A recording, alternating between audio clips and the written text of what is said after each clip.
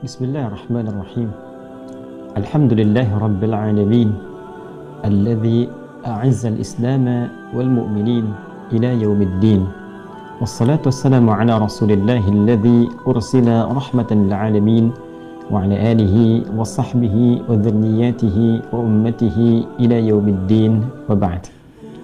Saudara-saudariku sebangsa, setanah air dimanapun Anda berada, semoga video ini menemui kita semua dalam keadaan yang baik, sehat, dan dimuliakan oleh Allah Subhanahu wa Ta'ala, serta mendapatkan bimbingan dalam beraktivitas sehingga berpotensi meraih kesuksesan dan kebahagiaan dunia sesuai dengan kemaslahatan hidup kita, dan juga mendapatkan value kebaikan akhirat yang insya Allah menjadi bekal-bekal yang kita sebut dengan pahala, yang meringankan hisab kita di hari kiamat dan berpotensi besar untuk bisa meraih rahmat Allah Subhanahu wa Ta'ala berupa jannah yang kita rindukan itu. Saudara-saudariku, 6 September tahun 1944, saat kita masih berjuang dengan darah, keringat, air mata, diwakili dengan merah dan putih itu yang kelak akan menenun bendera yang membawa sekian makna perjuangan yang kita hormati sampai dengan kini, yang tentu seluruh perjuangan itu diwakili oleh orang-orang hebat, orang tua kita yang sangat luar biasa, yang sampai sekarang kita sertakan dalam doa-doa terbaik kita.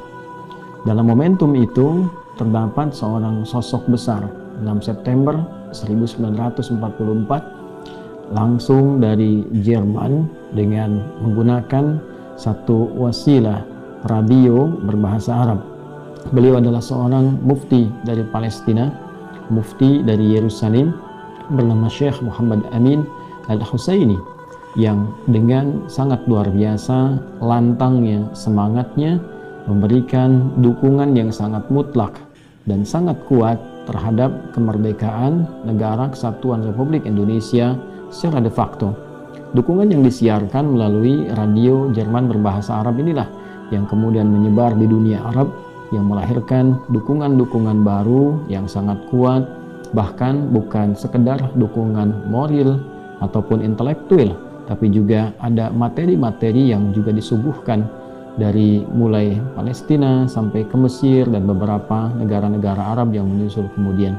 Alhamdulillah atas berkat rahmat Allah Subhanahu wa Ta'ala, dengan perjuangan para orang tua kita, dengan doa mereka, dengan tenaga mereka, darah, keringat, air mata mereka, terwujudlah kemerdekaan Indonesia itu di hari Jumat yang kita ketahui dengan tanggal 17 Agustus tahun 1945, dan sampai dengan sekarang sudah sekian masa kita nikmati kemerdekaan itu, 78 tahun tepatnya, yang tentu mesti kita isi dengan semangat untuk membangun, kompak, terjauh dari perpecahan, dan dengan itu insya Allah kita bisa membangun negeri ini sesuai dengan harapan para pejuang-pejuang kita yang menginspirasi dan mengarahkan kita untuk selalu bersatu dalam kebaikan, dan juga menjadikan Indonesia ini negara yang kuat, makmur, dan lebih daripada itu diridhoi oleh Allah Subhanahu wa Ta'ala, karena kita meraihnya pun atas berkat rahmat Allah yang Maha Kuasa.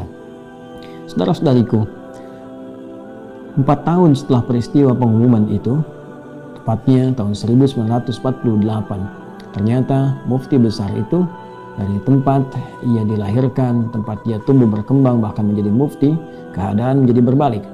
Saat 6 September 1944 ia dengan lantang menyuarakan kemerdekaan Indonesia, maka 4 tahun kemudian ternyata negeri tempat ia terlahir, negara yang eksis dalam kehidupannya, menjadi berbalik terjajah sampai dengan kini.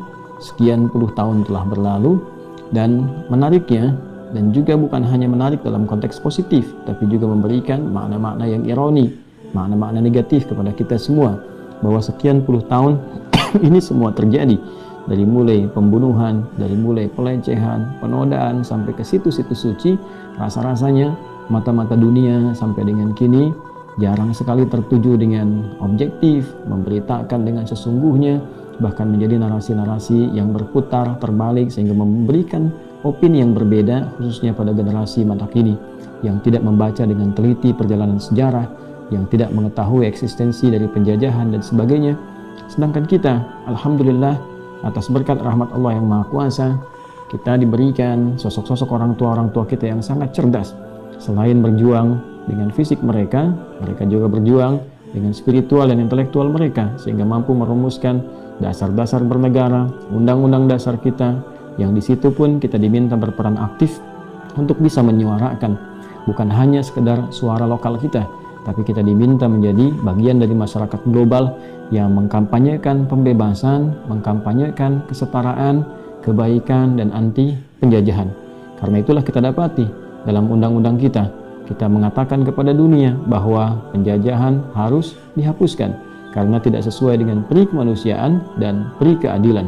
Oleh karena itu, dalam video yang singkat ini, saya ingin mengajak kepada kita semua, lapisan masyarakat Indonesia, tanpa kecuali, bila dulu Palestina luar biasa mendukung kita dengan doa, dengan kampanye mereka, dengan kekuatan lobi mereka, maka solusi terbaik untuk mengatasi krisis saat ini, khususnya yang terjadi di Palestina dan sekitarnya, tiada lain adalah memberikan kesetaraan dalam kebebasan berkehidupan, memberikan kesetaraan dalam eksistensi bernegara.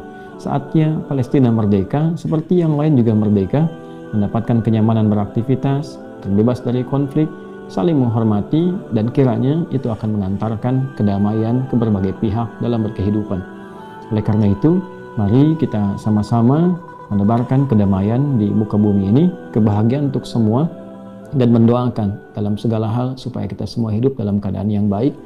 Dan dalam konteks Palestina yang sekarang berkembang, saya mengajak kita juga untuk mendoakan para pejuang-pejuang untuk mendapatkan kemerdekaan dalam kehidupan mereka.